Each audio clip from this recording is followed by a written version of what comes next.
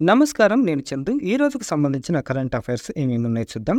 Andhra Pradesh 16వ శాసనసభాపతిగా senior MLA చింతకాయల Ayyanna Patrudu 2024 June 21న ఏకగ్రీవంగా ఎన్నికయ్యారు. ప్రస్తుతం ఆయన అనకాపల్లి జిల్లా నర్సీపట్నం నియోజకవర్గం నుంచి ఎమ్మెల్యేగా ప్రాతినిధ్యం వహిస్తున్నారు.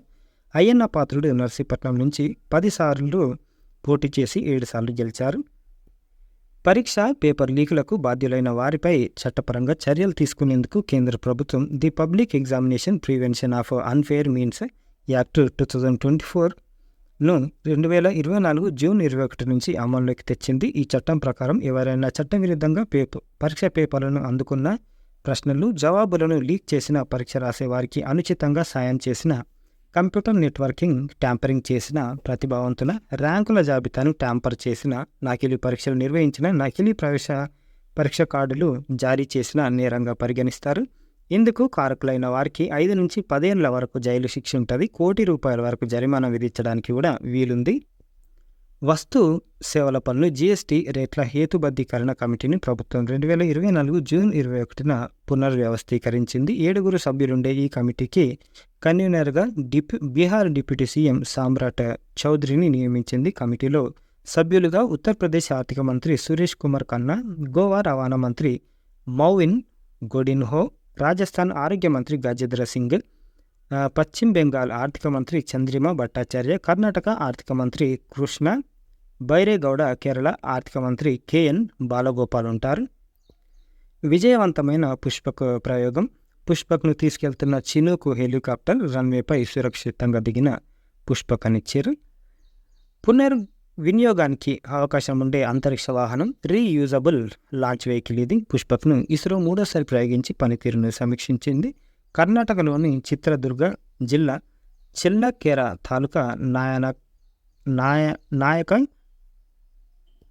నాయకనహట్టిలోని డిఆర్డీఓ ఆవరణలో ఆదివారం ఈ సన్నాహక పరీక్ష నిర్వహించారు. ప్రయోగంలో భాగంగా వాయుసేనకు చెందిన చినూక్ హెలికాప్టర్ పుష్పక్ను 4.5 కిలోమీటర్స్ ఎత్తుకు తీసుకెళ్లి జారవిడిచింది. స్వయంచాలిత వ్యవస్థల ద్వారా రన్వేను కనుగొన్న పుష్పకు నిర్దేశిత ప్రదేశంలో సురక్షితంగా దిగింది. రన్వేపై తొలుత దాని వేగం గంటకు 320 కిలోమీటర్లు ఉండగా పారాచూట్ సాయంతో 100 కిలోమీటర్లకు వేగాన్ని కుదించుకుంది. అనంతరం బ్రేకులు ఉపయోగించుకొని నిశ్చల స్థితికి చేరుకుంది. పుష్పక్ చివరి సన్నాహక ప్రయోగం విజయవంతమైందని ఇస్రో ఒక ప్రకటనలో తెలిపింది. ఈ విధంగా దిగింది పుష్పక్ హ్యాట్రిక్. పునర్వినియోగ రాకెట్ పరీక్ష సక్సెస్. ఎల్ఈఎక్స్ సిరీస్లో ఇస్రో 3వ విజయం. సురక్షితంగా ల్యాండ్ అయిన ఆర్ఎల్వి అంతరిక్ష వ్యర్థాల నియంత్రణలో ముందడుగు. ఇది దానికి సంబంధించిన ఇది. Global startup ecosystem report. Startup genome అనే సంస్థ ఆసియా దేశాల్లోని నగరాలపై 2024 గ్లోబల్ స్టార్టప్ ఎకోసిస్టమ్ రిపోర్ట్ను 12వసారి విడుదల చేసింది. గ్లోబల్ స్టార్టప్ ఎకోసిస్టమ్ నివేదికలో సింగపూర్ ప్రపంచంలోనే అత్యంత అనుకూలమైన అంకుర సంస్థల నగరంగా మొదటి స్థానంలో నిలిచింది. ఆ తర్వాత స్థానంలో న్యూయార్క్ నగరం, లండన్ వరుసగా నిలిచాయి. ఈ జాబితాలో 6వ స్థానంలో బెంగళూరు, 7వ స్థానంలో ఢిల్లీ, 10వ స్థానంలో ముంబై, 26వ స్థానంలో పూణే నిలిచాయి. మరి హైదరాబాద్ తొలిసారిగా ఆసియాలోనే 19వ స్థానంలో నిలిచి స్టార్టప్లకు అనుకూలమైన నగరంగా గుర్తింపు పొందింది. గత దశాబ్దంలో హైదరాబాద్లో అంకుర సంస్థల సంఖ్య గణనీయంగా పెరిగి 200 నుంచి 7,500కు పైగా చేరుకుంది. ఈ అభివృద్ధి ఫలితంగా హైదరాబాద్లో ఆసియాలో అంకుర సంస్థలకు బెస్ట్ ఎమర్జింగ్ ఎకోసిస్టమ్ కలిగిన నగరాల జాబితాలో స్థానం సంపాదించుకుంది. టాప్ 10లో జారా సతావరి.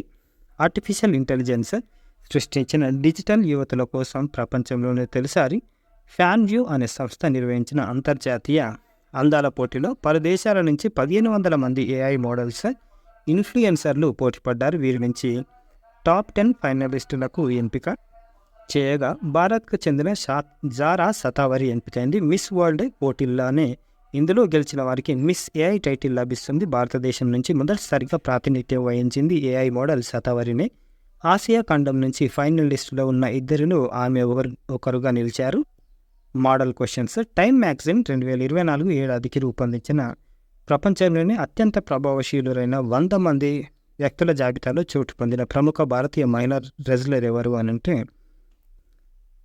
సాక్షి మాలిక్. మహిళా రెజ్లర్లను లైంగికంగా వేధించాడనే ఆరోపణలతో భారత రెజ్లింగ్ సమైక్య WFI గత అధ్యక్షుడు బ్రిజ్భూషణ్ సింగ్పై పోరాటానికి గాను ఈమెకు ఈ గౌరవం లభించింది. ఫలితంగా అధ్యక్ష పదవి నుంచి ఆయనను తప్పించారు. 2016 ఒలింపిక్స్లో కాల్సియం గెలిచిన ఈమె ఈ ఘనత సాధించిన ఏకైక మహిళా బాక్సర్గా కొనసాగుతుంది. ఈమెతో పాటు మరో 7 భారతీయులు భారత సంతతికి చెందిన వ్యక్తులు టైమ్ జాబితాలో చోటు సంపాదించారు. వారిలో ప్రపంచ బ్యాంకు అధ్యక్షుడు అజయ్ బంగా, మైక్రోసాఫ్ట్ CEO సత్య నాదెల్లా, బాలీవుడ్ నటి ఆలియా భట్, నటుడు డైరెక్టర్ దేవ్ పటేల్, అమెరికా ఇంధన శాఖ రుణ కార్యక్రమాల కార్యాలయ డైరెక్టర్ జిగర్ షా, యేల్ యూనివర్సిటీలో ఖగోళ భౌతిక శాస్త్రాల ప్రొఫెసర్ ప్రియంవద నటరాజన్, భారత సంతతికి చెందిన రెస్టారెంట్ యజమాని ఆస్మా ఖాన్ కూడా ఉన్నారు. 2024 ఏడాదికి ప్రపంచంలోనే అత్యుత్తమ విమానాశ్రయంగా ఏది నిలిచింది? హమద్ అంతర్జాతీయ విమానాశ్రయం, దోహా, ఖతర్. స్కై ట్రాక్స్ విడుదల చేసిన జాబితాలో సింగపూర్కు చెందిన చాంగి విమానాశ్రయం 2వ స్థానంలో ఉంది. దక్షిణ కొరియా రాజధాని సియోల్లో ఇంచియాన్ విమానాశ్రయం 3వ స్థానంలో నిలిచింది.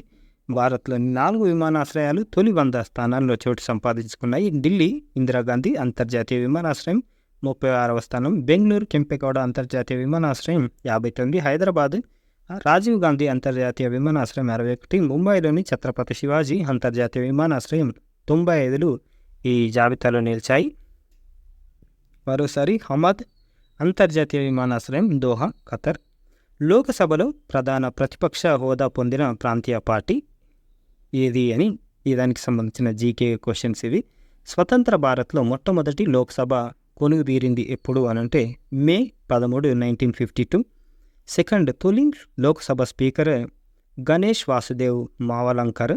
థర్డ్ ప్రస్తుతం లోక్సభలో ఎస్టీ రిజర్వ్డ్ నియోజకవర్గాలు ఎన్ని? 47. తొలి ఎన్నికల కమిషనర్ సుకుమార్ సేన్. సుదీర్ఘకాలం ప్రధాన ఎన్నికల కమిషనర్గా పనిచేసింది కళ్యాణ్ సుందరం. 1958 డిసెంబర్ 20 నుంచి 1967 సెప్టెంబర్ 30 వరకు 8 సంవత్సరాల 284 రోజులు. మరోసారి కళ్యాణ్ సుందరం సుదీర్ఘకాలంగా ప్రధాన ఎన్నికల కమిషనర్గా పనిచేసింది. తొలి లోక్సభలో మహిళా ఎంపీల సంఖ్య 24. లోక్సభకు రాష్ట్రపతి ఎంతమందిని నామినేట్ చేస్తారు? 2. లోక్సభ ఎన్నికల్లో పోటీ చేయడానికి కనీస అర్హత వయసు 25 ఏళ్ళు. దేశానికి 2 సార్లు తాత్కాలిక ప్రధానిగా పనిచేసింది ఎవరు? గుర్జారీలాల్ నందా. నెహ్రూ మరణంతో మే 27, 1964 నుంచి జూన్ 9, 1964 వరకు. శాస్త్రి మరణం తర్వాత జనవరి 11, 1964 నుంచి జనవరి 24, 1966. ఈవీఎంలను పూర్తి స్థాయిలో ఉపయోగించిన సార్వత్రిక ఎన్నికలు ఏవి? 2004 లోక్సభ ఎన్నికలు. మొట్టమొదటి కాంగ్రెసేతర ప్రధానమంత్రి మొరార్జీ దేశాయ్, జనతా పార్టీ 1977లో. దేశంలో అతిపెద్ద లోక్సభ నియోజకవర్గాలు ఓటర్ల సంఖ్యను అనుసరించి అతి చిన్న నియోజకవర్గం కేంద్రపాలిత ప్రాంతమైన లక్షద్వీప్, అతిపెద్ద నియోజకవర్గం తెలంగాణలోని మల్కాజ్గిరి. 37.4 లక్షల ఓటర్లు ఉన్నారు. లక్షద్వీప్లో 57,594 మంది ఉన్నారు. ప్రజాప్రాతినిధ్య చట్టం అమల్లోకి వచ్చింది ఎప్పుడు అనంటే 1950 ఏప్రిల్. ఇప్పటిదాకా ఎంతమంది మహిళలు లోకసభ స్పీకర్లుగా వ్యవహరించారు? 2. మీరా కుమార్ కాంగ్రెస్, సుమిత్రా మహాజన్ భాజపా నుంచి. భారత్లో మహిళలకు ఎప్పటి నుంచి ఓటు హక్కు కల్పించారు? తొలి సార్వత్రిక ఎన్నికల నుంచి 21 ఏళ్ళు నిండిన ప్రతి ఒక్కరికి. ఆ తర్వాత 1989 ఎన్నికల నుంచి దీన్ని 18 ఏళ్లకు మార్చారు, ఓటు హక్కు ఇచ్చారు. రాష్ట్రాల్లో తొలి కాంగ్రెసేతర ప్రభుత్వం ఎప్పుడు ఏర్పడింది? 1957 కేరళలో ఈఎంఎస్ నంబూద్రిపాద్ సారథ్యంలో ఏర్పడ్డ కమ్యూనిస్టు ప్రభుత్వమే స్వతంత్ర భారత్లో తొలి కాంగ్రెసేతర సర్కారు. తొలి ఎన్నికల్లో అత్యధిక సీట్లు గెలుచుకున్న విపక్ష పార్టీ సిపిఐ 16. లోకసభలో ప్రధాన ప్రతిపక్ష హోదా పొందిన ప్రాంతీయ పార్టీ తెలుగుదేశం పార్టీ 30 సీట్లు 1984లో. Word of the day longevity, దీర్ఘాయువు, జీవితకాలం. English meaning Longevity noun refers to the length or duration of life, particularly long life. It is often used in the context of lifespan, discussing how long an individual, organism, or object lives or lasts. Synonyms: endurance, lifespan. Antonyms: ephemerality, shortness. Usage: longevity of the tortoise is remarkable, with some individuals living well over 100 years.